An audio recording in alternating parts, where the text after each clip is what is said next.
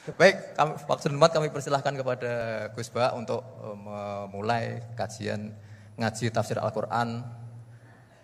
Kalau tadi kalau dengan beliau pokoknya beliau terserah mau seperti apa, monggo. Assalamualaikum warahmatullahi wabarakatuh. Bismillahirrahmanirrahim. Alhamdulillahirabbil alamin. Wa shalli wa sallim barik ala sayyidina Maulana Muhammadin wa ala alihi washabihi asmain.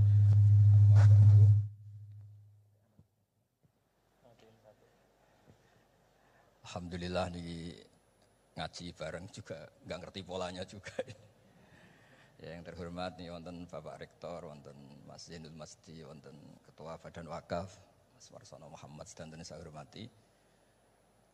Ini katanya untuk bahagia. Jadi saking pentingnya untuk bahagia itu sampai Allah itu kadang ngendikan hal yang enggak penting, tapi menjadi penting karena untuk bahagia. Jadi kalau Allah tanya Nabi Musa ketika ketemu dipanggil itu, wa ma tilka biyaminika ya Musa, yang kamu bawa itu apa? Padahal ketika dipanggil itu kagetnya bukan main. Misalnya pegawai UI dipanggil rektor itu kagetnya bukan main. Bawaannya rektor itu mesti nyalahkan. Mesti pikirannya orang itu mesti ketua badan wakaf ya sama. Mesti mau negur atau apalah. Nah, bawaan orang dipanggil atasan itu grogi, maka Allah ngendikan yang rileks. Kamu bawa apa? Gitu. Yang kamu pegang tangan kanan kamu itu apa? Masa Allah tanya sekedar gitu kan karuan. Wong kita manusia aja tahu yang dibawa Musa itu apa kok Allah malah tanya. Banyak analis, banyak mufassir, banyak ahli hakikat yang berpendapat Allah itu menghilangkan groginya Nabi Musa. Sehingga tanya yang ringan-ringan. Jadi saya mohon ini pimpinan di sini juga kalau tanya anak buah yang ringan-ringan. Wes sarapan. Jadi kalau sok-sokan disiplin itu bukan sunnatullah, saya jamin itu. Apalagi tanya saya, kenapa Gus terlambat? Mulai saya pulang gitu. Tuhan yang Tuhan saja sebaik itu kok rektor sama badan wakaf kok sekeras itu gitu. Jadi ini bukan gojlok supaya jadi orang yang dekat Allah gitu. Jadi ditanya, wa ma tilka biyaminika ya Musa? Kamu bawa apa ke sini? Yang di tangan kanan kamu itu apa? Nabi Musa jawabnya ya lucu ya sederhana. Ini tongkat Gusti. Tak pakai menggembala kambing, tak pakai ini itu. Bisa masih bilang dan lain-lain. Kayak laporan keuangan tuh, kalau susah nerangkan itu dan lain. Terakhir ditutup waliya fiha ma'aribu ukhra dan masih ada lagi yang lain di depan Allah. Kamu lapor audit di badan wakaf, diterima enggak laporan lain-lain itu? Ini teman saya lama ini. Saya di UI itu sudah lama, cuma inginnya dikenal Allah, tapi sekarang malah dikenal rektor. Aduh, repot agak. Saya dulu dari anak Profesor Zaini itu mulai 2000, tahun 2000. Dekat sekali dengan saya. Sering ke rumah saya, ke kontrakan saya, karena diskusi tafsir. Dan saya ikhlas sekali, tidak ingin dikenal rektor, badan wakaf siapapun. Karena keluarga saya itu, bapak saya itu wali. Jadi kalau wali itu kepinginnya dikenal Allah. Tahu-tahu diturunkan derajatnya, disuruh kenal rektor, kenal badan wakaf. Jadi ini ada pemakhlukan. Ya, ada pemakhlukan. Turun dulu baru naik. Ya. Jadi saya artinya gini, saya di sini itu Sohibul Bait. Jadi tadi Mas Masdi itu keliru kalau nanti saya ngisi. Saya ini Sohibul Bait, nanti yang ngisi ini. Maksudnya seperti itu maksudnya. Jadi, karena tuan rumahnya saya Pak Warsono. Ya, ini tamu ya. Tapi ternyata pemakhlukan itu penting.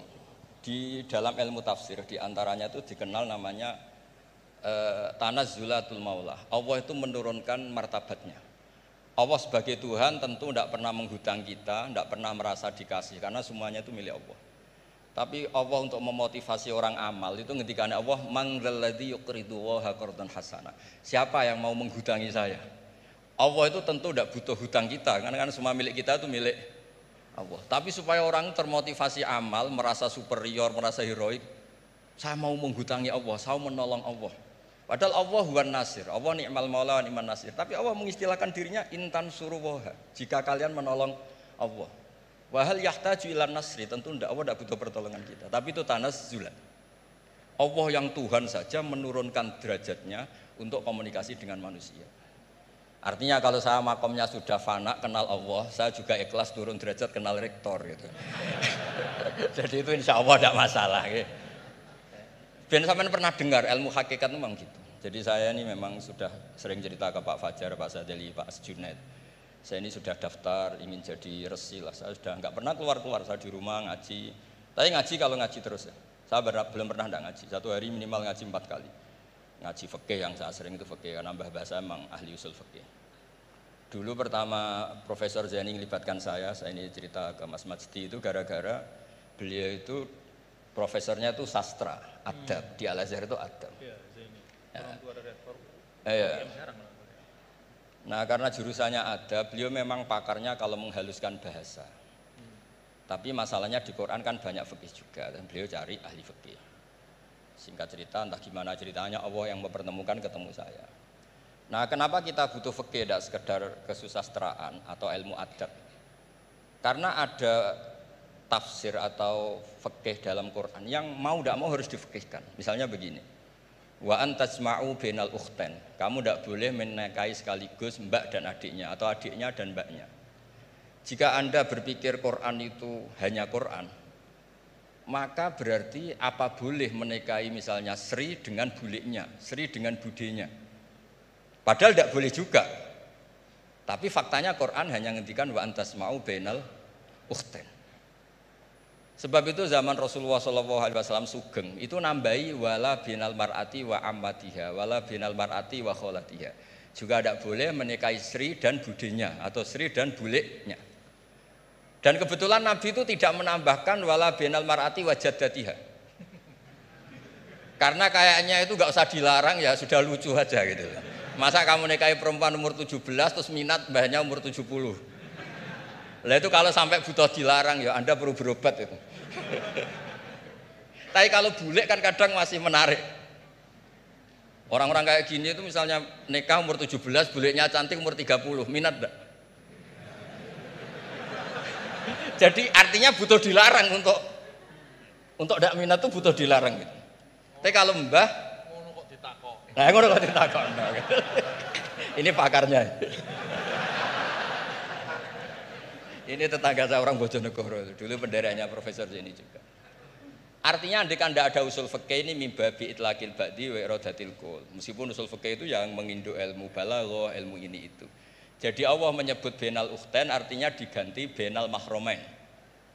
Jadi ukhtain itu ibaratun atau itlaqul ba'di yaitu ukhtain mewakili kata mahromain. Dua perempuan yang punya hubungan mahram tidak boleh dinikah bersamaan untuk orang-orang yang poligami. Ini penting supaya semua tafsir juga gitu, lafat-lafat yang ada mahdzufnya. Itu kita jaga, baik itu secara keilmuan maupun secara fikih. Keilmuan misalnya begini. Orang yang dilaknati Allah, mal'anahu wa ghadiba alaihi. Di antaranya diteruskan wa ja'ala minhumul qiradata wal khanazira wa abadat tauhid. Lalu misalnya secara penelitian tidak pernah ada makhluk manusia yang dulu jadi kera. Tapi melihat ayat itu seakan-akan itu pernah ada periode atau kejadian di mana manusia itu dirubah jadi kera.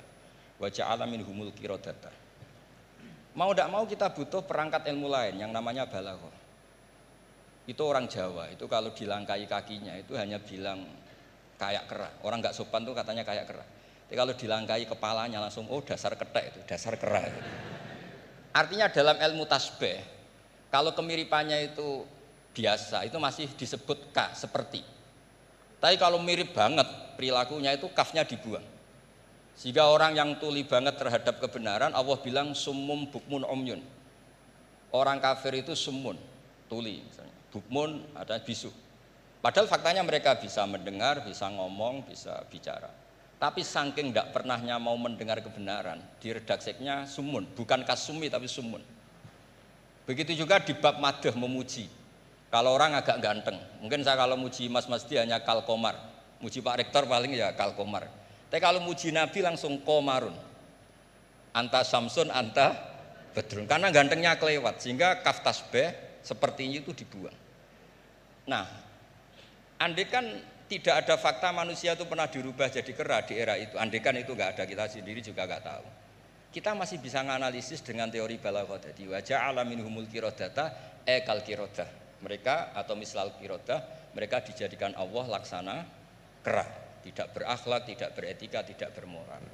Ini pentingnya ilmu balaghah sehingga kita tidak perlu mengharuskan orang berkeyakinan dulu tuh pernah ada orang manusia dirubah jadi apa? Kerang. Nah misalnya ada yang berkeyakinan atau berpendapat memang itu pernah nyata, itu ngendikannya Rasulullah kemudian itu dihilangkan, hanya hidup 3 hari kemudian hilang sehingga gak punya turunan. Jadi pilihan-pilihan dalam tafsir itu satu tentu riwayat, dua itu analisis balaghah. Nah analisis fikih itu tidak kalah penting karena konstruksi Quran itu ada fikih yang sudah mapan, seorang lagi ada fikih yang sudah mapan. Ketika Nabi Lut itu menyesali kaumnya itu lesbi dan gay, kelainan seksual. Itu Nabi Lut ngendikan haula ibanati hunna adharu lakum. Kalau kamu ingin menyalurkan kebutuhan biologis Anda, ini ada anak-anak putri kami, hunna adharu lakum. Itu lebih suci bagi kalian. Tentu fikih itu sudah mapan, maknanya dinikahi dulu dengan proses nikah yang sah. Nah, barokahnya fikih yang mapan ini Allah tidak cerita tafasilul umur, tidak cerita detail-detailnya. Sehingga salah sekali kalau kita sering bilang kita hanya kembali ke Quran. Itu tidak bisa karena Quran juga tidak berdiri sendiri dengan makna yang sebenarnya karena turun itu ada asbabun nuzul. Ini yang terakhir supaya ngasih pekerjaan kan jauh-jauh dari NTB. Ya kan bisa dimanfaatkan secara baik dan benar. Saya ini Sohibul Bait. Nah, enggak ini bukan guyon tapi memang betul harus begitu memang. Mau tidak mau. Sumpah misalnya, orang itu kalau ditagih hutang atau ditegur itu masih ya besok saya bayar.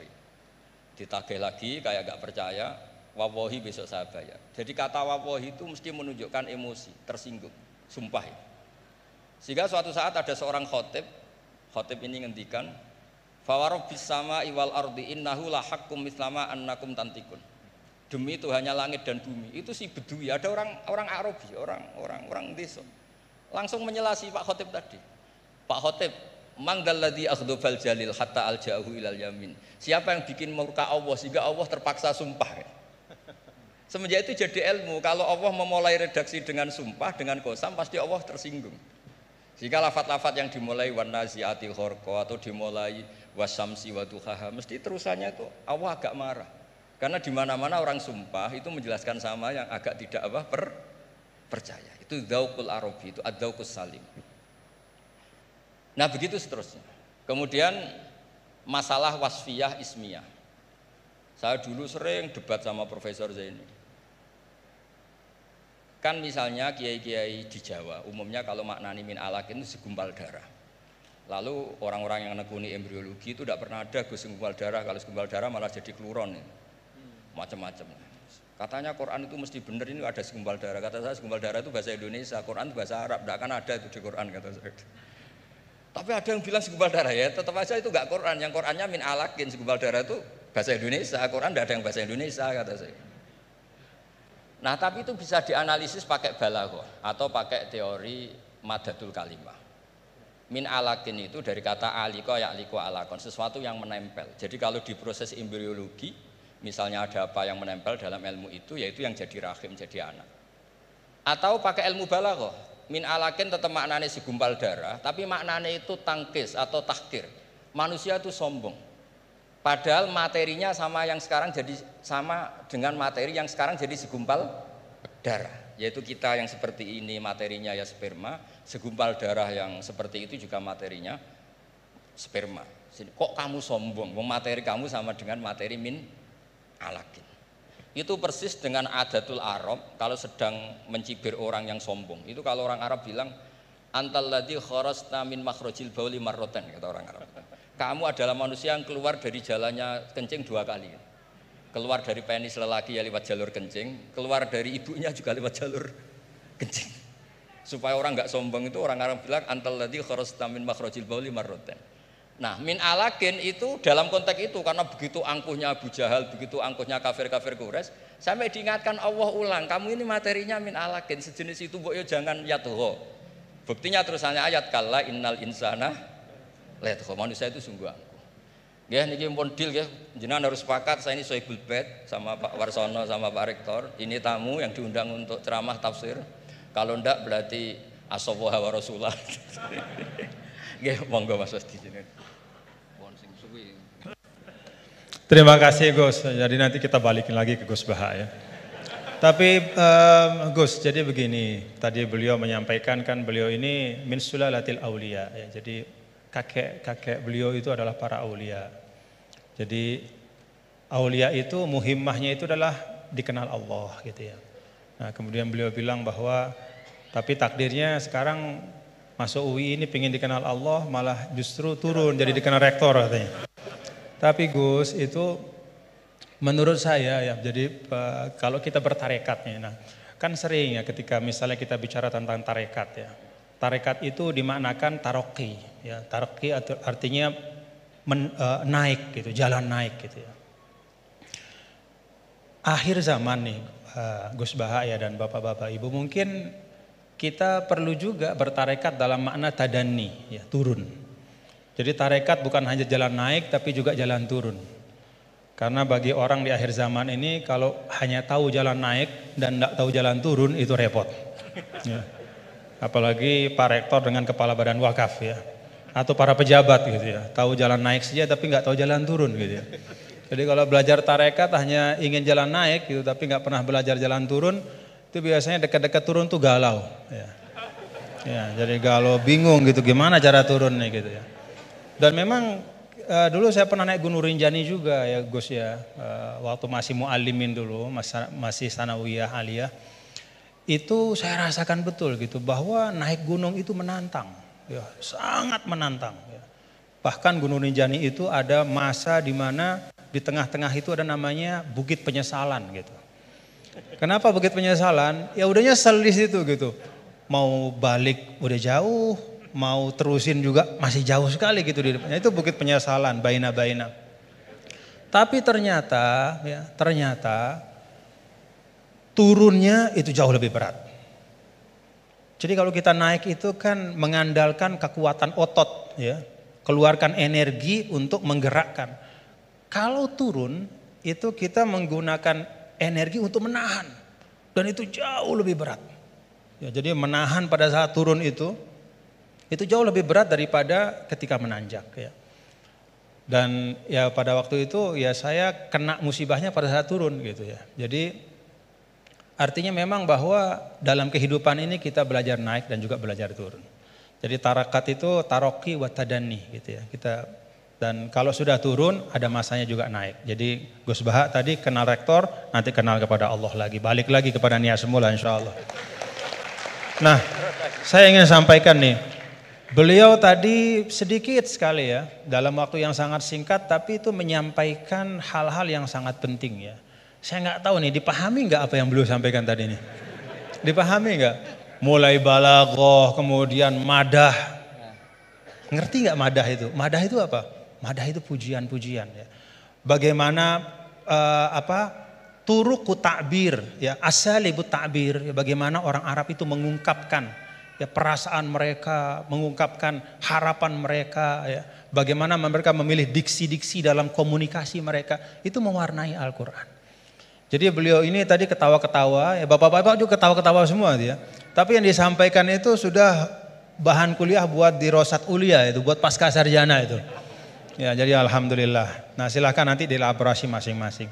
Tapi yang ingin saya sampaikan begini, ada catatan saya terhadap apa yang beliau sampaikan.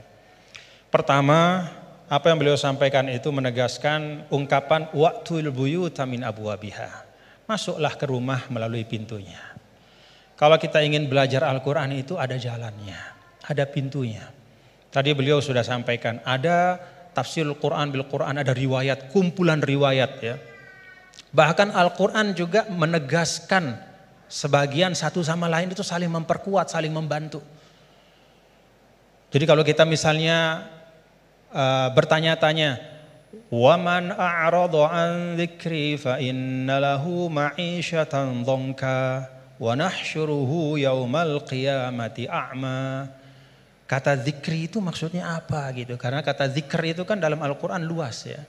Apakah zikr itu adalah zikrullah, subhanallah, alhamdulillah, wa la ilaha illallah. Sehingga ayat itu artinya siapa saja yang berpaling dari mengingat Allah, maka hidupnya akan menjadi sempit, akan sumpek, akan resah. Atau zikri di situ maknanya adalah Al-Quran. Ya. Sehingga artinya adalah barang siapa yang memalingkan dirinya dari pesan-pesan Al-Quran, maka hidupnya akan disorientasi. Bagaimana kita mengambil pilihan di antara dua makna? Nah, kita lihat. Qala rabbi lima hasyaratini amma wa qad kuntu basira qala kadzalika atatka ayatuna fanasitaha wa kadzalikal yauma tunsa. Lalu orang itu mengatakan di akhirat, ya Allah, bagaimana mungkin kok saya dibangkitkan dalam keadaan buta padahal di dunia saya melihat. Kemudian Allah mengatakan qala kadzalika, itu balasan yang setimpal, atatka ayatuna fanasitaha. Telah datang kepadamu ayat-ayat kami lalu kau lupakan. Nah, dari ayat ini maka ulama menafsirkan kata zikri. Oh, yang dimaksudkan dengan zikri itu adalah ayatuna, yaitu Al-Quran. Nah, ini yang disebut dengan Al-Quran yufassiru ba'duhu ba'duhu. Dia saling menafsirkan. Baik itu penafsirannya datang segera setelahnya ataupun di ayat-ayat yang lain seperti yang Al-Mukarram Kiai Haji Bahauddin sampaikan. Ada yang di bagian yang lain, baik itu secara nas, secara sharih ataupun secara dilalah, secara tunjukkan isyarat. Ketika misalnya Nabi Adam alaihissalam, Allah Ta'ala sampaikan fatalaqa Adam min rabbih kalimat. Allah Ta'ala memberikan, Adam menerima dari Tuhannya kalimat. Fataba alaih. Dengan sebab kalimat yang dia ucapkan itu, Allah ampuni dosanya, kekeliruannya. Apa kalimat itu? Oh, ada di ayat yang lain. Rabbana zalamna anfusana wa illam taghfir lana wa tarhamna lanakunanna minal khasirin. Itu pintu memahami Al-Quran. Tadi Gus Bah bilang sampaikan, ada pintunya. Baik itu pintunya adalah riwayat-riwayat dari Al-Quran, dari hadis juga beliau sampaikan tadi. Al-Quran gak dibiarkan sendiri oleh Rasul, tapi didatangkan hadis untuk menyempurnakan. Bahkan ketika dulu ada orang yang mengatakan ini bukan zaman sekarang, zaman dulu sekali. Ba'das sahabah, zaman tabi'it tabi'in. Saya lupa, mungkin Gus Bah yang ingat riwayatnya secara persis. Ada yang datang kalau tidak salah kepada Al-A'mash, seorang imam besar namanya Al-A'mash.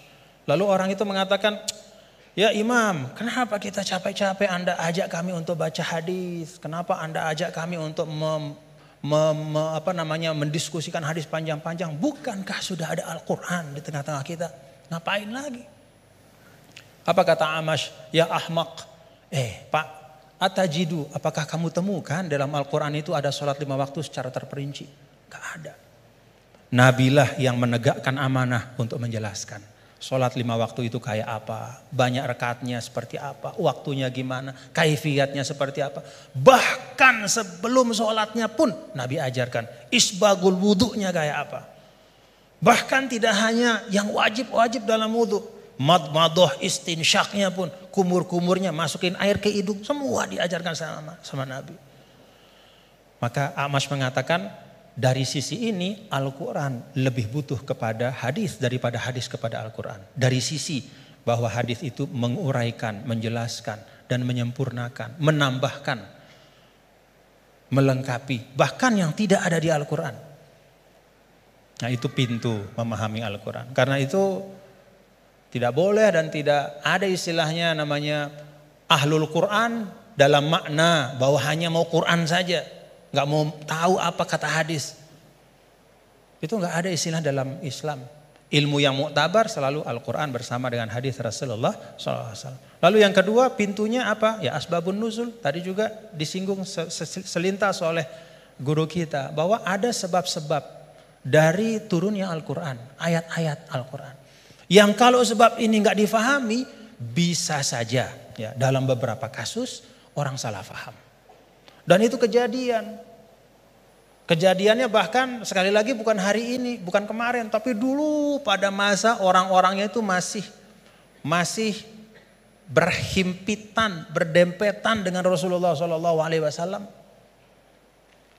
Ada seorang sahabat didatangkan. Kalau tidak salah pada masa Sayyidina Umar bin Al-Khattab radhiyallahu anhu. Lalu dia ditanya, kenapa kok kamu minum minuman keras gitu kan? Dia mengatakan, loh kan saya ini orang beriman, saya kan orang bertakwa. Kan di Al-Quran tuh ada. Laisa 'alal ladzina amanu wa 'amilus solihati junahum fima ta'imu idza mattaqaw wa amanu ila akhir ayat. Enggak masalah kalau sudah beriman bertakwa makan minum apapun. Begitu. Kalau ini secara harfiah kita baca ayat itu. Lalu karena dia baca ayat itu saja, dia beranggapan oh berarti makan minum udah bebas karena sudah beriman bertakwa. Nah saat itulah kemudian diluruskan bahwa ayat ini sabab nuzulnya adalah ketika ada sebagian sahabat yang datang kepada Rasulullah SAW dan bertanya, ya Rasulullah, ada teman-teman kita yang sudah meninggal, mereka syuhada pada saat perang-perang, mereka mati syahid, mereka meninggal sebelum turunnya ayat yang mengharamkan khamar. Bagaimana nasib mereka ya Rasulullah? Padahal mereka meninggal dalam keadaan masih minum khamar. Jadi meninggal ya masih minum karena memang belum turun pengharaman. Maka turunlah ayat ini menjelaskan. Oh, kalau memang orang nggak tahu, belum ada taklif kepada dia, nggak dosa. Nah, sebagian ulama kemudian menarik ayat ini juga ke masa sekarang. Ya. Kalau misalnya ada di tempat-tempat tertentu, misalnya ada katakanlah dakwah Islam masuk ke suatu negara misalnya, lalu para dai itu menyampaikan tentang tauhid, menyampaikan tentang rukun iman, baru disampaikan tentang rukun iman, rukun Islam, kemudian orang itu dia bersyahadat, dia baru sholat, lalu dia meninggal dalam keadaan dia masih minum khamar. Pada saat belum dijelaskan oleh dai itu bahwa Islam mengharamkan khamar, bagaimana hukumnya dia gitu? Dia masuk orang baik apa gimana? Oh enggak, berarti dia tidak terkena ya kepada kewajiban untuk menjauhkan diri dari khamar karena memang belum dijelaskan. Nah karena itu kita bapak-bapak saudara-saudara kita berlapang-lapang lah seperti yang guru kita sering sampaikan, kita berlapang. Jangankan pada masa sekarang, pada masa dulu saja ketika masa Imam Ghazali. Apa kata Imam Ghazali? Ini tentang dakwah. Kata Imam Ghazali, menurut saya ya, Ahlur Rum ya, orang-orang yang ada di daerah-daerah yang berjauhan, jauh dari pusat Islam. Dan karena itu dia tidak dapat pesan Islam. Dia nggak ngerti Islam itu apa. Atau Islam itu sampai tapi fi wajhin musyawash. Bentuknya udah nggak benar. Ya.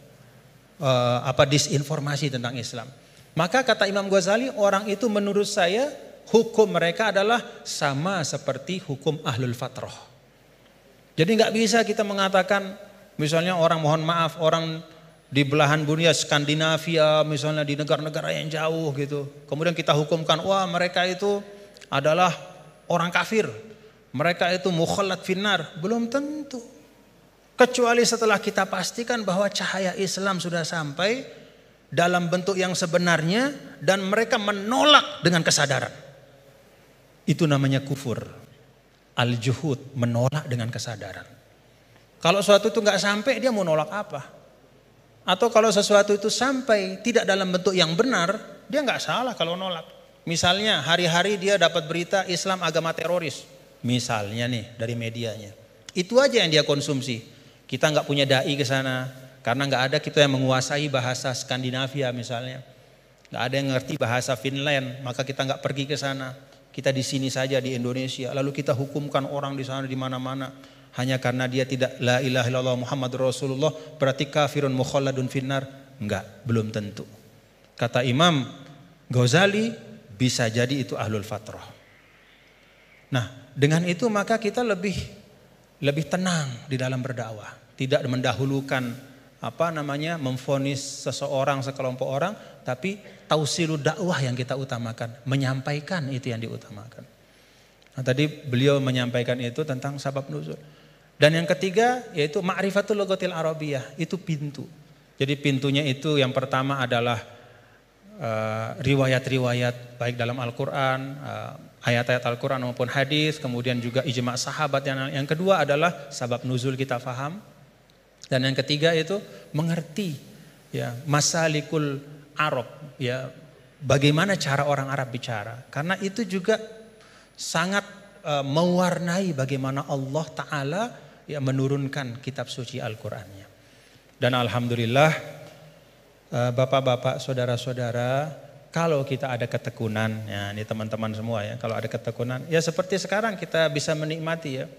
Kalau dulu misalnya apa yang disampaikan oleh Gus Baha itu hanya bisa dinikmati oleh para santri, ya di pesantren-pesantren, itu pun dalam halakoh-halakoh yang terbatas. Tapi alhamdulillah berkat UII ngaji bareng kita bisa menikmati hari ini mutiara-mutiara dan keindahan Al-Quran, alhamdulillah. Saya balikin lagi kepada Gus Baha sebagai Sohibul Bait.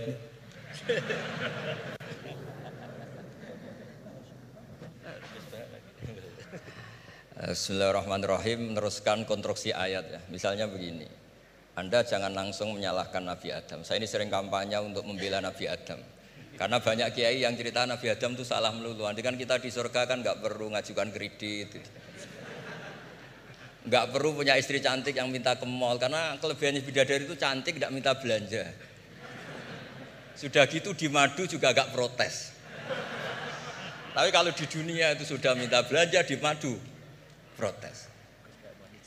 Nah, jadi tapi kenapa Nabi Adam akhirnya keluar dari surga dan kita menyalahkan hanya demi kepentingan supaya tadi punya istri cantik, tidak minta uang apa belanja dan boleh dipoligami mau maksudnya.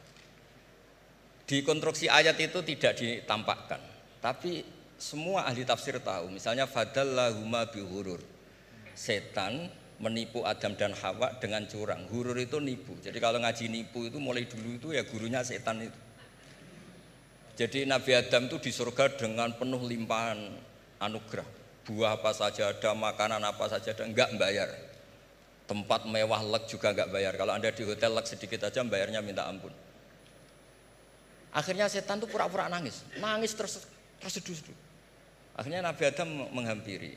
Kenapa kamu nangis? Saya ini iba sama kamu, kasihan. Nikmat begini nikmat, pada akhirnya Anda ini mati. Karena Anda manusia, pasti mati. Kasihan sudah senikmat ini kemudian Anda mati. Pura-pura nangis, jadi lama ya nangis, acting itu. Akhirnya Nabi Adam tanya, lalu solusinya gimana? Terus setan tinggal numpangi. Hal adulluka ala syajaratil khuldi wa mulkil la yafla. Kamu mau tak kasih vitamin, makan pohon khuldi. Nanti kalau kamu makan itu terus abadi. Jadi terus setan, Nabi Adam mulai ragu ya, tapi Allah melarang saya makan pohon khuldi itu, syajaratul khuldi itu. Kamu tidak usah cari tafsirnya, itu anggur, apa ketela, apa duren, itu namanya orang kurang penggawean itu. Itu gak penting. Ketika Allah tidak menjelaskan detail itu berarti detailnya itu tidak penting. Kamu sok penting nyari itu apa itu. Allah saja tidak menjelaskan, kok kamu yang manusia mau menjelaskan. Akhirnya Nabi Adam tanya, apa betul Allah itu melarang saya makan itu? Terus Allah cerita, wa qasamahuma inni lakuma laminan nasihin. Terus setan itu cerita, demi Allah saya tahu info terbaru bahwa sekarang nggak apa-apa. Jadi hukum terbaru itu. Singkat cerita Nabi Adam makan. Ketika makan, berarti setan salah karena menipu Nabi Adam, Adam salah karena makan pohon khuldi tadi. Apa yang terjadi? Allah manggil Nabi Adam. Adam, kenapa kamu makan itu? Bukankah pohon-pohon yang lain, buah-buah yang lain itu cukup? Kenapa kamu makan yang saya larang itu? Terus jawab Nabi Adam ini yang unik, yang kita harus bela Nabi Adam ila yaumil qiyamah. Wa izzatika ya Rabbi ma adzunnu anna ahadan yahlifu bika kadiban. Demi kehormatanmu ya Allah, ketika engkau disebut oleh setan, saya tidak pernah mengira ada orang berani mencatut nama engkau kemudian dia bohong. Loh, ini contohnya Pak Fajar ini. Sama temannya yang paling sering bohong itu dia nggak percaya, tapi meskipun sering bohong kalau dipanggil Pak Rektor, ngecek ulang apa enggak? Kalau kalimatnya dipanggil Pak Rektor, pasti nggak ngecek ulang. Meskipun teman yang sering bohong pasti langsung nyari Pak Rektor. Saya misalnya sebagai murid Mbah Maimun, punya teman yang sering bohong sekalipun, terus bilang, Gus dipanggil Mbah Maimun, pastilah langsung ke sana. Karena disebut nama itu, orang sudah tidak berpikir jelimet. Ketika engkau disebut ya Allah, saya tidak pernah ngira ada orang mencatat nama engkau, kemudian dia bohong. Sehingga Allah itu haru sama Nabi Adam. Makanya Nabi Adam itu diusir. Ini meneruskan ayat yang dibaca Mas Majid tadi. Diusir tapi disangoni. Dam, secara prosedur hukum kamu harus saya usir karena kamu melanggar. Tapi tak sangoni, lucu kan? Tak sangoni. Kamu baca ini ya. jadi unik. Makanya ayatnya fatalaqqa Adamu mir Rabbi. Bukan kreasinya Nabi Adam. Kalimat itu bukan kreasi Nabi Adam, tapi hadiah sama Allah. Ini kamu secara laturan tak usir, tapi tak sangoni, ini dibaca nanti. Tapi Nabi Iblis enggak disangoni. Karena memang dia penipu betul. Sudah gitu akting pura-pura nangis, pura-pura ini itu. Jadi benar-benar penipu ulung. Makanya sekarang pun kalau penipu itu memang harus sopan, harus nangis. Itu cara untuk karena sanatnya penipuan memang begitu, sanat awalnya memang begitu. Pura-pura nangis, terus pura-pura itu. Jadi itu memang cara paling efektif untuk apa? Nipu. Ada sanatnya. Nah, lalu kenapa ada hadis mangqala la ilaha illallah dakhalal jannah? Ini terakhir terus nanti Mas Masdi ngendikan terus doai sekalian. Perintah Sohibul Bait, bukan permintaan, perintah. Perintah itu bukan berarti tidak sopan. Memang bahasa Indonesia itu gitu. Permohonan itu mesti diabaikan. Kalau perintah itu agak tegas. Bukan masalah. Jadi begini. Saya ulang lagi konstruksi ya, konstruksi ayat fadallahuma bihurur. Kenapa mangqala la ilaha illallah dakhalal jannah? Itu unik. Kalau kita baca hadis, ada orang itu pendosa, salahnya sudah minta ampun. Sama Allah dipanggil. Ini hadis musnad, riwayat Musnad Ahmad dan banyak riwayat yang lain. Dipanggil, "Fulan, kamu ke sini. Kamu lihat itu apa?" "Bok, Gusti." "Berapa?" 99. Per bok itu maddul basor. Sepanjang mata melihat itu isinya dokumen kesalahan dia. Jadi enggak kayak yang di pengadilan itu hanya beberapa tumpuk. Itu sepanjang dia lihat itu kesalahannya dia. Sepanjang dia melihat. Sudah gitu jumlahnya 99. Ya dia putus asa, dia akan masuk surga. Kemudian sama Allah, sudah kamu tenang saja. Diambilkan bok kecil, kecil sekali, paling sak bok jam tangan ya. Dah, innaka lan tuzlamal yaum, kamu tidak akan terdolimi. Kenapa Gusti? Ini kamu punya kebaikan ini kecil sekali. Ya apa efeknya Gusti? Kan enggak ngefek kesalahan seperti itu. Kemudian bandingannya hanya kebaikan sekecil itu. Dah kamu tenang aja. Setelah ditimbang, box 99 yang jumlahnya maddul basor kira-kira 3 kilo sama satu wadah jam kecil, ternyata setelah ditimbang itu menangin 1 jam kecil. Karena isinya la ilaha illallah. Malaikat itu enggak berani. Kamu berani, ada namaku kemudian kamu abaikan. Saya dipanggil 1000 mahasiswa UII sama satu Pak Rektor, Pak Fajar. Kemana arahnya? Ke satu rektor apa ke 1000 mahasiswa yang manggil? Pak Rektor, kan ini urusan nasib. Nah ini cerita. Malaikat yang nimbang Pak Warsono itu diprovokasi sama malaikat yang lain. Kamu berani nggak mempertimbangkan kata Allah di situ? Wah ya tidak berani. Nah, itu disebut fala yaskulu ma'asmillahi ta'ala sayun. Dibandingkan asma Allah itu tidak ada yang bisa ngungguli. Nah, di sini terus para torekot, para apa konwiridan Allah. Tapi karena kita ini sekarang sudah tidak ngaji malah tanya, gunanya apa sih muni Allah? Lu nyebut pangerane ora gunane. Oh ini sedang nyebut Tuhannya kok kamu tanya gunanya apa? Kamu tak kasih uang aja tidak pernah tanya gunanya uang ini apa? Pas dijak wiridan tanya, gunanya apa sih? Oh dasar orang aneh. jadi logis. Nah, Nabi Adam juga sama, ketika disebut asma Allah itu enggak mikir yang lain, apa setan itu penipu apa enggak, sudah grogi yang manggil Allah langsung. Nah, makanya saya mohon kenapa kita memahami mangkana akhiru kalamihi Allah la ilaha illallah dakhalal jannah. Karena dengan itu malaikat enggak berani macam-macam. Jadi nanti kalau Anda ketemu malaikat tukang hisab, ayo silakan abaikan nama Allah. Kalau kamu berani berarti tidak malaikatnya Allah. Masa namanya Allah gak dipertimbangkan? Ya tadi misalnya dosen-dosen UI ada undangan seminar menjanjikan. Enggak seminar menjanjikan tapi yang manggil rektor, milih mana? Kira-kira saja. Milih rektor kan? Karena ini nasib berkelanjutan kan kalau seminar kan. Apalagi ini asmane Allah. Nah, makanya Nabi ngendikan fato satis sijilat wasakula ismuwah. Kemudian bok kesalahan tadi jomplang kalah. Kemudian yang menang hanya asmanya Allah Subhanahu wa taala. Makanya terus disebut sudah Nabi ketika tanya, amal apa paling baik ya Rasulullah, gini, dzikrullah fisirri wal alan, gini-gini. Dan kamu mati, dan kamu hidup, walisanu katordun, kamu harus selalu ingat Allah Ta'ala. Lah dene saya sekarang itu sudah biasa ingat Allah, terus disuruh ingat rektor, ya muga-muga itu tugas dari Allah juga. Saya tidak tahu apa benar apa tidak tahu. Tapi yang jelas saya tidak jenis orang yang apa ya, terus nganggep apa dunia penting betul, tapi yo penting lah gue sanggup mati. Tapi yang jelas supaya sampean ngerti madhab saya, karena ini ngaji dan saya punya niat baik, maka saya ungkapkan cara berpikir saya. Jadi sampean tidak usah kaget, mungkin namanya kan mengabaikan kesalahan, cara berpikir nggak gitu. Kita punya riwayat sahihah bahwa ketika malaikat mengabaikan semua kesalahan ini karena nggak berani memperbandingkan asmane Allah dengan yang lain. Makanya disebut di akhir hadis fala yaskulu ma'asmillahi ta'ala sayun. Ketika sudah nyebut Allah harus dianggap selesai. Enggak boleh habis nyebut Allah mau mati kredit, enggak boleh. BPKB di bank ini enggak boleh. Nanti akhir hayatnya bilang BPKB bukan Allah. Enggak harus kata Allah itu mengunci. Disebut akhiru kalami. Lah kalau sampean tanya, kenapa itu menjadi penting? Karena tadi malaikat tidak akan memperbandingkan Allah dengan yang lainnya. Makanya ketika ulama-ulama sufi, kalau kamu habis salah istighfar, nanti di sohifah kamu akan ditulis habis salah. Terus di belakang ditulis, tapi setelah itu dia bilang astagfirullahaladzim. Nanti malaikat tinggal aja kamu teror. Kamu mempertimbangkan Allah apa yang itu? Ini tak ajarin. Kalau tepak ya kamu didengar, kalau tidak malah digebuki. Tidak tahu saya. Tapi itu ijazah resmi ini hari ini. Hadisnya akurat. Ijazah. Nggih ngoten mawon kok nek kesuwen kepinteran nyanyi kula. Assalamualaikum warahmatullahi wabarakatuh.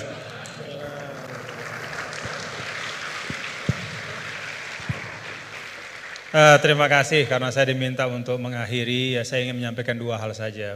Pertama, saya garis bawahi yang beliau sampaikan baru, bahwa kalau Allah tidak berepot-repot ya dan tidak mendetil-detilkan sesuatu, ya berarti itu tidak terlalu perlulah ya. Jadi jangan kita sok merepot-repotkan diri ya mendetil-detilkan sesuatu yang Allah Ta'ala justru tidak detilkan. Nah artinya apa? Ya memang letakkan sesuatu pada tempatnya, dan itu menurut saya juga yang sering beliau sampaikan ya, bahwa dengan meletakkan sesuatu pada tempatnya itulah menjadi asas kebahagiaan. Ya, jadi kalau kita tahu menempatkan sesuatu pada tempatnya, ya kita akan lapang-lapang saja ya, menyikapi nikmat, musibah dan segala macam. Nah, kalau kita lihat nih, pertanyaannya apa sih yang dipentingkan oleh Allah dalam Al-Quran? Ya, kalau kita lihat, ya tentu Allah Ta'ala yang maha tahu apa-apa yang paling penting, yang paling utama, ya pokok-pokok akidah, kemudian pokok-pokok ritual ibadah. Tapi kalau kita menggunakan pendekatan kuantitatif ya, salah satu yang sangat dipentingkan oleh Allah dalam Al-Quran adalah ranah muamalah. Jadi ranah muamalah itu luar biasa dipentingkan oleh Allah dalam Al-Quran. Ya kalau kita lihat misalnya dari sisi panjang pendeknya ayat saja, 282 Al-Baqarah itu ayat paling panjang dalam Al-Quran adalah tentang transaksi hutang piutang. Ya, itu muamalah. Dan salah kalau kita misalnya menanggapi atau mempersepsi bahwa urusan utang piutang itu urusan dunia belaka. Enggak. Ya buktinya Gus Bah tadi nyampaikan beberapa hal tentang utang piutang dalam ngaji barang ini. Berarti sesuatu yang penting. Nah dalam ayat itu juga disampaikan, di akhir ayat tentang hutang piutang itu apa? Wattaqullah wa yu'allimukumullah. Wattaqullah wa yu'allimukumullah. Jadi bahwa muamalahmu, transaksi keuanganmu, hutang piutangmu, hal ihwal tentang keuangan itu menyangkut takwa juga gitu. Itu menyangkut takwa juga. Itu bagian dari ekspresi bertakwa kita. Hutang yang benar, menulis dengan baik, membayarnya juga dengan baik, berhutangnya pun kalau memang betul-betul butuh dan seterusnya. Dan banyak lagi di dalam Al-Quran ayat tentang muamalah. Nah saya sering sampaikan ya, bapak-bapak saudara, kalau kita misalnya menggunakan pembagian yang walaupun kita bisa perdebatkan lah ya tentang validitasnya 100%, tapi ada pembagian yang sederhana oleh para ulama. Pertama, dalam Islam itu ada disebut dengan ruang akidah ya. Yang kedua ruang ritual ibadah, dan yang ketiga adalah ruang muamalah. Semuanya itu tentu dalam makna semuanya hidup adalah ibadah, tapi kalau dibagi ruang Akidah itu terkait dengan rukun-rukun iman kita, keyakinan-keyakinan pokok. Itu sifatnya tauqifi, nggak boleh dikreasikan. Jadi apa yang Allah Ta'ala sampaikan, yang berikan, ya seperti tadi disangoni Nabi Adam, fatalaqa Adam bil kalimatin fataba alaih. Ya Rabbana zolamna, ya itu sudah sangon dari Allah. Ya iman itu ya kayak begitu. Kita disangoni, diberikan, ditegaskan, dibatasi. Lalu ritual ibadah juga sama, sifatnya tauqifi. Nah pada saat muamalah, itu sifatnya beda. Sifatnya itu ijtihadi ibada'i. Jadi sifatnya itu kita dikasih prinsip oleh Allah, ruang muamalah kehidupan ini, namanya sosial, politik, budaya, ekonomi, ya, kita diberikan prinsip, tetapi perinciannya itu diserahkan kepada kita. Bagaimana kita memprosesnya supaya bisa menghadirkan kemanfaatan dan kemaslahatan untuk semua, tanpa menghilangkan prinsip-prinsip itu. Nah jadi kalau kita dalam konteks misalnya yang beliau sampaikan tadi, ya semua hal-hal yang ada ini selain daripada akidah dan ritual ibadah itu kan muamalah. Maka prinsipnya adalah kita saling melengkapi gitu. Dan saling mengisi dalam kebaikan. Nah kemudian yang kedua, yang terakhir, ulama juga mengatakan begini. Ketika kita belajar Al-Quran, maka kita juga belajar tentang lawazimul makna atau lawazimul faham. Ada satu kefahaman dari ayat. Nah, konsekuensi dari kefahaman itu apa? Ya, nah, itu beliau tadi juga sudah sampaikan berulang kali. Kalau kita misalnya, ini satu ilustrasi saja. Ya ayyuhalladzina amanu idza qumtum ilas salati faghsilu wujuhakum wa aydiyakum ilal marafiq wamsahu bi ru'usikum wa arjulakum ila akhiril ayah. Wahai orang beriman, kalau ingin masuk ke dalam salat, hendak salat, maka ambil air wudu. Basuhlah muka dan seterusnya sampai akhir ayat. Secara fikih, ya tadi beliau sering mengajarkan kita, secara fikih ini tentang kewajiban kita berwudu dengan prosesinya. Tapi ada lawazim dari ayat ini. Apa lawazim dari ayat ini? Kalau kita bicara wudu, kita bicara sumber daya air.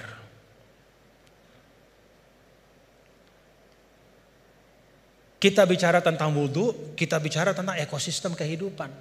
Gak ada wudu tanpa air. Kalau wudu tanpa air tayamum namanya. Gak ada wudu tanpa air. Maka apa arti lawazim dari ayat ini? Jaga sumber daya air itu.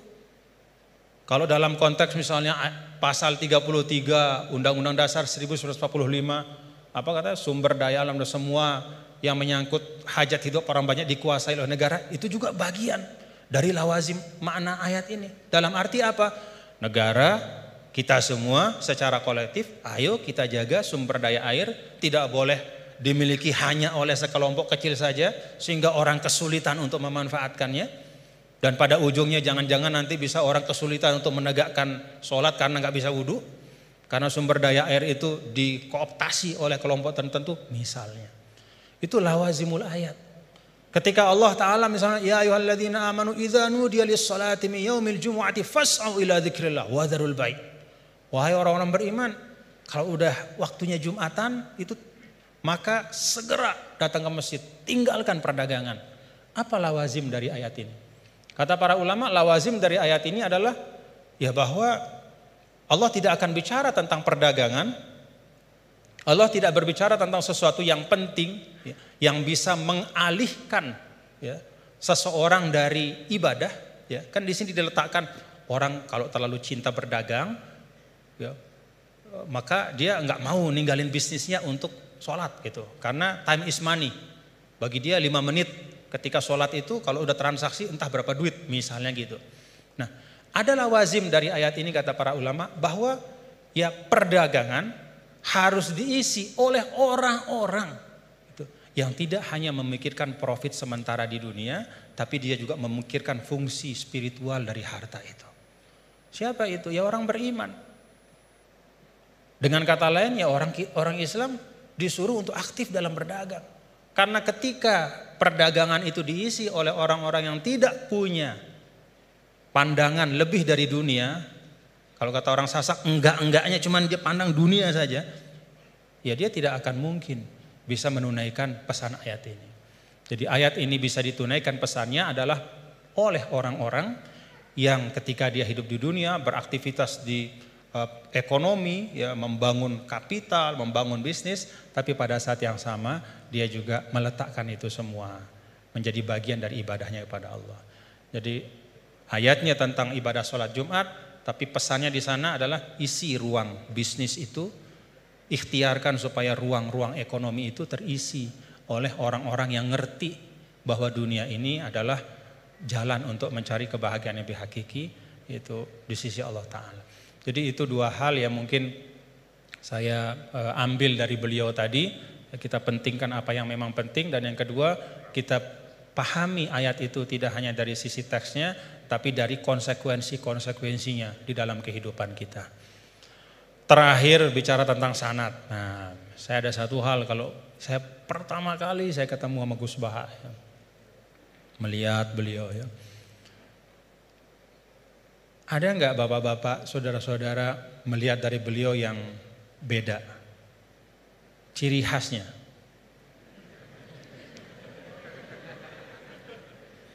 Ciri khasnya beliau itu gini.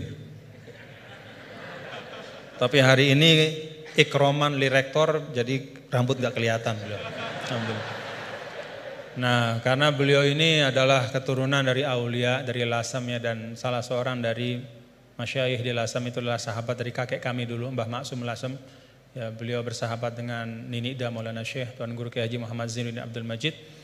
Itu biasanya perilaku Lasem itu ada sanatnya gitu ya. Jadi saya lagi mikir-mikir ini naruh topi begini tuh ada sanatnya nggak boleh? Kita mau tahu dari beliau ya. Ala kulli hal, bapak-bapak saudara, terima kasih Gus atas ilmu-ilmunya dan silaturahim kita pada pagi hari ini. Mudah-mudahan bisa terus bersilaturahim dalam kebaikan, dan kita doakan beliau selalu disehatkan, diafiatkan oleh Allah Subhanahu wa taala. Ya, cara gampang buat kita mendoakan diri kita itu doain orang lain ya. Itu resep yang paling gampang. Jadi kalau kita doain diri kita ini kan belum tentu terkabul. Tapi kalau kita doakan orang, malaikat yang mengaminkan doa kita dan mengatakan untukmu seperti yang kau doakan.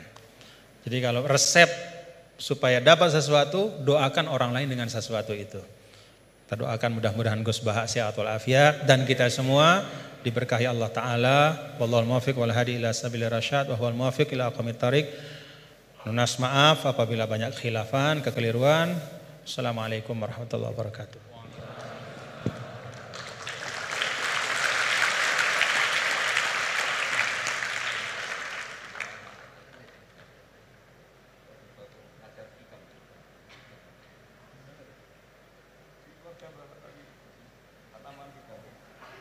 Baik, karena masih ada waktu yang tidak banyak, mungkin sedikit. Beliau juga berkenan untuk ada sesi tanya jawab. Mungkin nanti akan ada maksimal 3 penanya dari mungkin sebelah kiri, kanan, tengah kemudian kanan. Silahkan 3. 1 dari kiri, ya yang dekat tiang silahkan. Silahkan berdiri untuk meminta mic dari panitia. Ya singkat ya. Assalamualaikum warahmatullahi wabarakatuh. Ya menarik pemaparan dari guru kita semua terkait dengan Islam harus membahagiakan. Yang pertama tafsirnya adalah sekarang ada paham materialisme itu juga menawarkan kebahagiaan, paham hedonisme juga menawarkan kebahagiaan, paham liberalisme itu juga menawarkan kebahagiaan. Jadi Islam bahagianya itu mungkin kita bisa menilai diri kita masing-masing. Hari ini paham apa yang kita pakai untuk bahagia? Apakah betul-betul Islam konsepsi atau Islam yang sudah berkembang jadi modernisme dengan kombinasi kapitalisme, liberalisme, kemudian hedonisme, kemudian yang saya sebutkan tadi bercepat. Jadi tafsirnya ayat ini menurut modernisme sekarang kemudian dikaitkan dengan penjelasan tadi, kebahagiaan itu Islam membahagiaan. Orang sekarang dengan duit sehingga monetisme menuhankan duit di mana-mana. Oleh karena itu Islam melakukan revolusi akidah. Bagaimana kembalikan kepada Allah Subhanahu wa taala sebagai satu yang memberikan kebahagiaan. Sehingga revolusi yang dilakukan kita sekarang apakah bisa dilakukan dengan revolusi takwa? Ali Imran 102. Ya ayyuhalladzina amanu taqullaha haqqa tuqatih wa la tamutunna illa wa antum muslimun. Allah memanggil kepada orang beriman yang diakui imannya untuk bertakwa dengan sebenar-benar takwa, menjadi iman yang disamakan dengan kekasih Allah, wali Allah, dan kemudian kalau tidak mati dalam keadaan Islam, yaitu iman yang terdaftar, seperti Gus Baha sampaikan tadi, dia punya satu kalimat, tapi berharga sekali, itu iman yang terdaftar, yang murni tidak kesyirikan. Pertanyaannya adalah bagaimana revolusi takwa kita buat untuk melawan revolusi industri hari ini yang sudah membuat orang tertipu. Sebagaimana Gus Baha sampaikan, banyak orang tertipu, setan ahli tipu dengan lemah lembut, kasih sayang, dengan duit. Ya, sehingga bagaimana kita menghadapi tipuan-tipuan dunia seperti sekarang lewat revolusi takwa yang kita buat dan bagaimana bentuk konkretnya, metodologisnya. Mungkin itu saja. Terima kasih. Assalamualaikum warahmatullahi wabarakatuh. Waalaikumsalam. Berikutnya penanya kedua dari tengah. Tengah. Oh ya, silakan Mas Pade.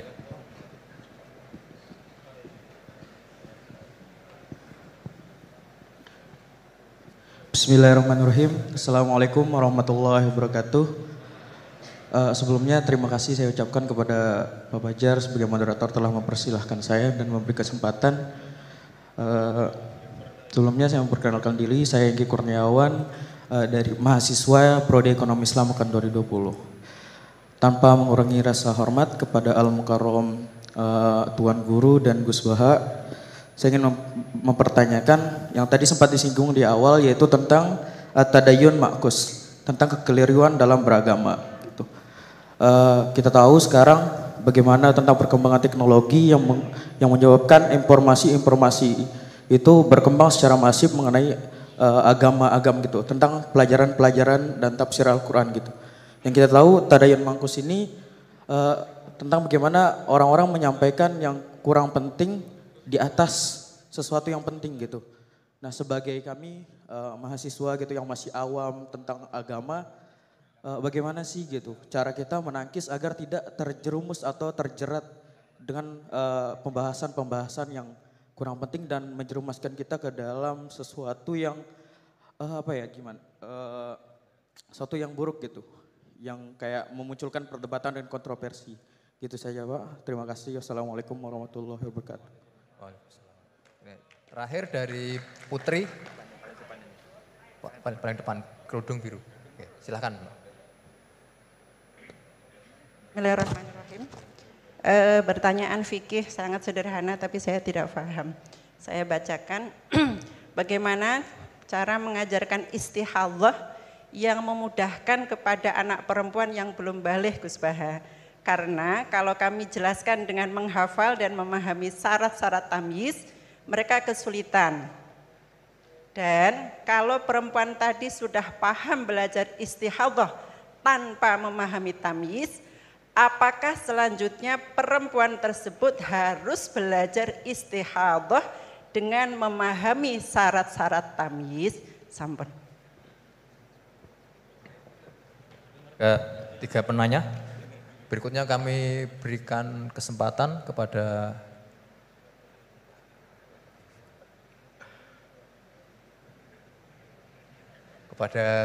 Gus Baha untuk menjawab. Kamu itu jadi jabat itu bukan tanggung jawab. Di sini itu ada DPPAI ya? Iya. Terang singkatan DPPAI, ben ngerti ben ono gunane.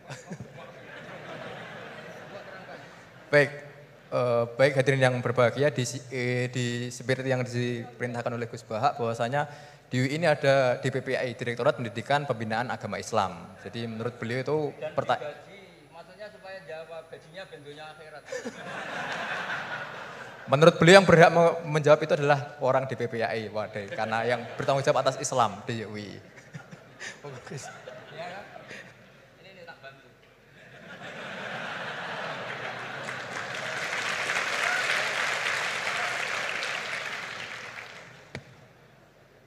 Jadi harusnya kan sudah tugas, mandat, ada SK-nya, ada fasilitasnya. Kalau gaji itu kayaknya kasar fasilitasnya. Jadi harusnya yang jawab itu ya ketua DPPA, iya. Tapi sudahlah karena saya ini orang baik tak tolong. Begini ya, jadi perspektif Islam atau taqarrub ilallah itu mulai dulu itu orang mau tidak mau subjektif, tapi hukum pokoknya sama. Misalnya orang mencintai Allah, ada yang saking mencintainya itu tidak pernah nyebut Allah. Ada wali itu mencintai Allah tidak pernah nyebut Allah. Karena dia takut ini nama sakral, jangan-jangan dilecehkan. Imam Malik itu pernah ada seorang pengemis datang, ya Imam Malik saya minta uang. Imam Malik jawabnya itu, saya tidak punya uang, baru tidak bawa uang, juga tidak punya uang. Kamu besok ke rumah saya atau nanti ke rumah saya, tak kasih uang. Terus diberi nasihat sama temannya. Halai itu mbok yao Anda ngomong rozaqakallah. Ya, semoga Allah memberi rezeki kamu. Jawabnya Imam Malik itu apa? Saya masih hafal teksnya. Fa'ana ujillu ismallahi ta'ala an askura indaman yakrohu sama'ahu. Ada yang baca sima'ahu walau dimna jumlatin.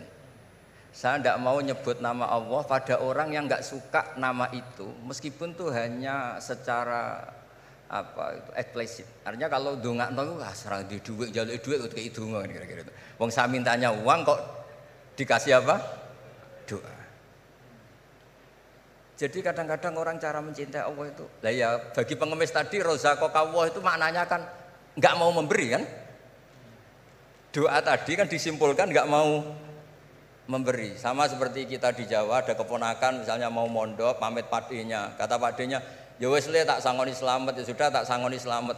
Slamet ndonga tok gak modal agak tunggale. Nah, berdoa saja tanpa modal.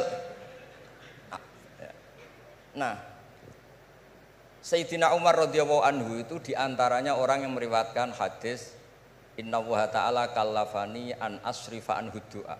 Allah memaksa saya, menugaskan saya supaya tidak semuanya itu dikonsultasikan kepada Allah Subhanahu wa taala. Sehingga banyak kiai kalau ada orang potongan rai mustajab, wajahnya itu tidak meyakinkan mustajab doanya. Iya saya ini miskin, utang saya banyak. Enggak akan dijazahi disuruh doa atau duha atau baca waqiah. Karena sekali itu dipraktekkan dan kita tahu potongan gak mandi, itu nanti nyalahkan institusi doa. Jute saya duha juga tetap miskin, saya doa juga tetap miskin. Daripada Allah disalahin mendingan pon sing kerja tenanan. Sayyidina Umar ketika ada orang minta uang dan minta doa, kamu harus kerja yang serius. Fa innas sama ala tumtiru daban, langit tidak akan menghujankan apa? Emas. Jadi di mana-mana mencintai itu ekspresinya macam-macam. Ada ulama yang saking senangnya umatnya Nabi senang silaturahim. Ada ulama yang saking senangnya umat Nabi gak suka silaturahim dengan arti berkunjung karena itu dianggap mengganggu. Teman kita punya anak, punya istri, kadang pas harmonis kita datang terganggu. Wong saya pernah dolan di orang, pas tukaran sama istrinya, itu berhenti dulu ada Gus Pak, nanti teruskan. Ternyata orang tengkar itu diganggu juga gak suka. Jadi tiket, cek, ono Gus Pak, kok terus no. Jadi ternyata orang bertengkar juga gak mau diganggu. Setelah itu tak tanya, tadi diteruskan tengkar aja, materinya lupa Gus. Materi untuk nyerang istrinya lupa.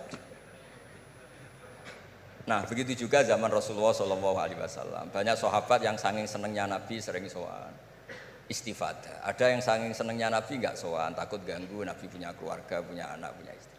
Ada yang saking senengnya Nabi, kalau ketemu Nabi itu melihat wajahnya sampai dia tahu detail wajah Nabi kayak apa, rambutnya kayak apa. Ada juga yang sama sekali ditanya, sifli wajah Rasulullah, tolong ceritakan ke saya wajah Nabi itu kayak apa. Saya tidak pernah melihat wajahnya Nabi. Loh, Anda ini sahabat masa tidak melihat wajahnya Nabi? Ijlalan rasa kalau ketemu beliau itu hormat sekali sampai gak berani menatap mukanya. Sama-sama seneng tapi ekspresinya beda. Saya kalau ngaji usul fikih di pondok saya sering cerita fal yukrim dhaifahu fal yukrim jarahu, itu Islam hanya memerintahkan ikram, memuliakan, tapi prakteknya beda-beda. Di kampung kamu ketemu tetangga tidak tanya itu sombong, tapi kalau di kota ketemu tetangga tanya namanya kepo,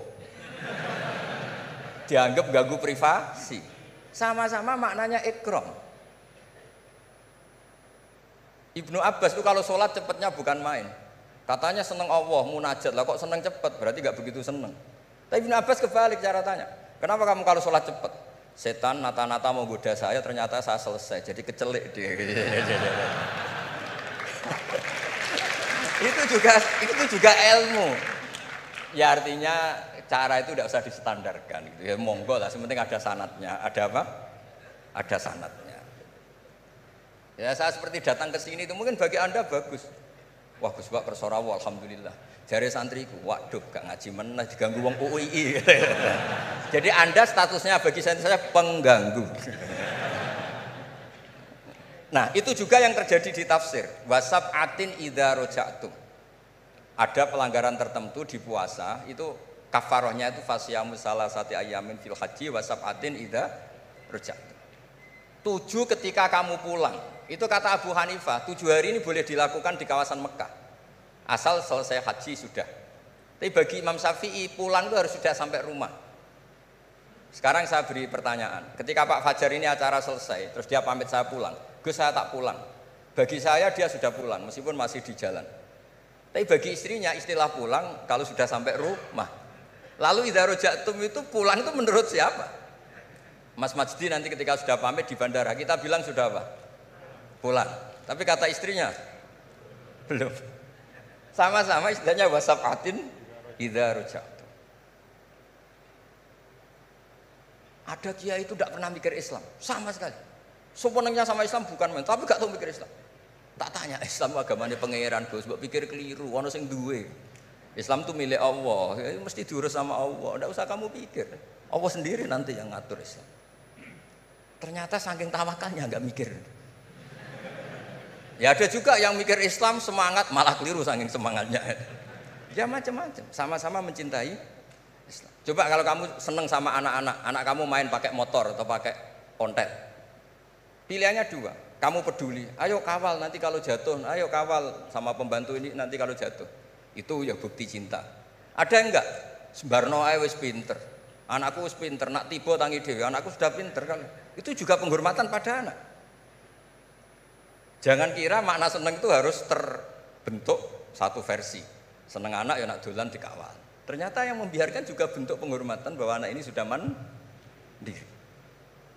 Ya, terus yang masalah istikhadah itu masyhur itu di riwayat Hamnah binti Jahsh. Hamnah itu haidnya melebihi hari wajar. Terus sama Nabi sudah kamu saya haidkan sesuai tanggal yang sebelum kamu kena penyakit ini. Itu kamu anggap haid, lainnya kamu anggap istikhadah. Itu istikhadah paling gampang. Ikuti saja fatwanya Imam Syafi'i. Jadi misalnya Januari kok 6 hari, Februari kok sampai terus mulai ada penyakit sampai 1 bulan keluar darah. Maret keluar darah, itu kata Imam Syafi'i ngikuti riwayat tadi, sudah kamu fatahayadi terus sitata ayam atau sabata ayam, terus Nabi ngendikan kamu menghaidkan seperti bulan-bulan sebelum kena penyakit istikhadah itu. Lainnya di istikhadah. Itu namanya rudat ilal adat. Jadi supaya ndak ribet pakai tamyiz diukur. Ini darah ini lebih kuat dibanding ini, yang lemah ndak kayak sing tukang delok ya sapa gitu. Apalagi yang ditanya itu lelaki gitu tuh. Oh, itu kan ya agak repot lah, coba lah agama ini tidak perlu repot-repot seperti itu. Jadi ini sebagai senior saya kasihan sama Pak Junet ini. Harusnya beliau nanti yang kena hisab pasti Pak Junet. Jabatannya mau, tanggung jawabnya nggak mau. Ya tapi kebetulan ada orang baik di sini ya, alhamdulillah saja. Kalau ketemu saya tuh cium tangan bolak-balik, tapi niatnya kayaknya mau supaya saya mau backup gitu. Nah ini yang satu pertanyaan Mas Wasdi ini masih kan 3, saya jawab 2 deh. Harus revolusi teknologi efek di agama. Oh iya, ya sebenarnya kan perubahan-perubahan itu setiap masa terjadi ya. Ya kita menganggap perubahan hari ini perubahan yang paling penting ya karena kita hidup di dalamnya. Tapi bagi generasi-generasi sebelum kita ya perubahan yang terjadi pada masa mereka itulah yang paling penting gitu. Dan beragama kita hari ini ya itu kan juga sebagiannya dibentuk dari bagaimana para ulama kita dulu merespon perubahan-perubahan yang ada pada masa mereka. Jadi kalau kita lihat jangankan yang sekarang ya Gus ya, bahkan pada masa Imam Syafi'i pun kan, dan masa-masa para imam mujtahidin ya mereka itu sangat membuka diri dan melihat dinamika-dinamika yang terjadi dan menjadikan ya hal-hal yang terjadi di tengah masyarakat itu sebagai bahan penting untuk merumuskan pandangan keagamaan. Dan karena itu kalau misalnya Al-Azhar ya, Al-Azhar Syarif itu sekarang punya perhatian pada 3 hal saja ya ketika bicara tentang pemikiran keagamaan. Yang pertama tafkik al-fikril mutatarrif. Jadi membedah dan mempreteli pemikiran yang ekstrim, mengembalikan kepada manhaj wasati. Itu yang pertama. Kemudian yang kedua tajdid al-khitab ad-dini. yaitu memperbaharui al-khitab, cara kita menyampaikan sebenarnya kan. Al-khitab itu kan cara kita mengajak orang beragama. Supaya cara kita mengajak orang beragama ini tidak membuat orang semakin jauh dari agama, ya. Jangan membuat, ya seperti tadi beliau sampaikan, bahkan Rasul pun hati-hati, ya, ketika menjawab pertanyaan dari masing-masing sahabatnya. Nggak ada Rasul itu gebiah uyah. Ya pokoknya ini mentang-mentang ini sahabat saya semua, saya kasih satu patokan plek harus kayak gini, nggak ada. Yang nanya tentang mana amal yang paling afdol dilihat oleh Nabi kan gitu Gus ya. Dilihat kira-kira oh ini ternyata orang yang kaya misalnya. Oh amal afdol itu paling banyak adalah berinfak, paling bagus. Dilihat kayak begini keadaannya macam-macam disesuaikan sesuai dengan mukhatabin. Itu Rasul. Ya, para sahabat juga begitu. Artinya apa? Beragama itu adalah sesuatu yang hidup. Tadayun itu ya taharruk, bergerak terus. Ya. Nah tadi disampaikan bagaimana cara kita merespon dalam situasi yang berubah seperti ini. Yang pertama yang gak usah galau. Tadi beliau sampaikan agama ini milik Allah Ta'ala. Jadi kita jangan menggalaukan diri kita, menganggap diri kita lebih penting. Ya. Tidak ada manusia yang sangat penting sehingga dia tidak tergantikan dalam kehidupan. Kecuali para nabi dan rasul. Ya, siapapun itu. Fungsinya pasti akan ketika sudah masanya dia pasti akan digantikan. Dan semua orang menunaikan tugasnya sesuai dengan kewenangan serta apa yang diberikan oleh Allah Subhanahu wa taala. Jadi tidak usah kita galau ya. Yang paling penting adalah menurut saya ya terus kita ngaji seperti ini untuk mendiskusikan hal-hal bagaimana kita bisa beragama masing-masing nyaman semuanya ya. Kita bisa beragama dengan nyaman, dengan tenang seperti tadi kata guru saya is'adul insan fid darain, supaya kita beragama dan kita bahagia. Ya, beragama bahagia. Ya, dan itu memang pesan dari Islam. Adapun isme yang disampaikan tadi yaitu ijtihad manusia saja. Ya, hari ini kita kan begini, umur biologis kita kan pendek, 60-70 tahun. Maka isme yang tumbuh berkembang di tengah-tengah kita hari ini kita anggap sebagai sesuatu yang sangat penting, ya, sesuatu yang merupakan pencapaian luar biasa hebatnya. Tapi kalau kita letakkan diri kita di dalam spektrum sejarah yang panjang, maka itu hanya bagian dari ijtihad yang manusia. Ya. Sehingga menurut saya tidak perlu kita kita istilahnya seakan-akan isme itu akan menggantikan Islam. Enggak, yaitu ijtihad manusia. Besok akan ada isme baru, tapi al-Islam ya'lu wa la yu'la alaih. Islam akan tetap tegak teguh. Insya Allah mudah-mudahan kita berada di dalamnya, bagian dari itu semua. Itu saja yang dapat saya sampaikan. Terima kasih sekali lagi atas kesempatan pada hari ini, Pak Rektor, Bapak Kepala Badan Wakaf dan semua. Jazakumullah khairan katsira. Mudah-mudahan kita bisa jumpa dalam kesempatan yang lain. Assalamualaikum warahmatullahi wabarakatuh.